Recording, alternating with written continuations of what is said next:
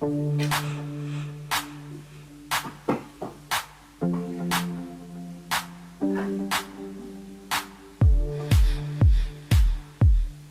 šiandien maždaug parodysiu jums, kaip reikia behopint.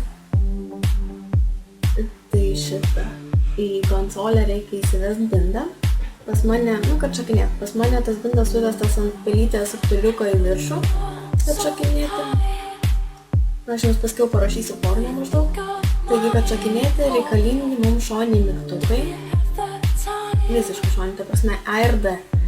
W raidės visiškai mums nereikia. Kad šokinėti, mums reikia tą pelytės sukinėjimą suderinti su šitais šoniniam knopkiam, ta prasme arba ar D. Į kokią tu pusę nori šokti, ta prasme turi maždaug vienu momentu paspausti. Tai yra pašokti ir paspausti tą. Taipogi pelytės tą judinimą, tą kryptį irgi daug ką reiškia mums šokinėjant. Čia aišku, turbūt savaime aišku. Taigi maždaug parodysiu. Maždaug va taip gaunasi. Tai va.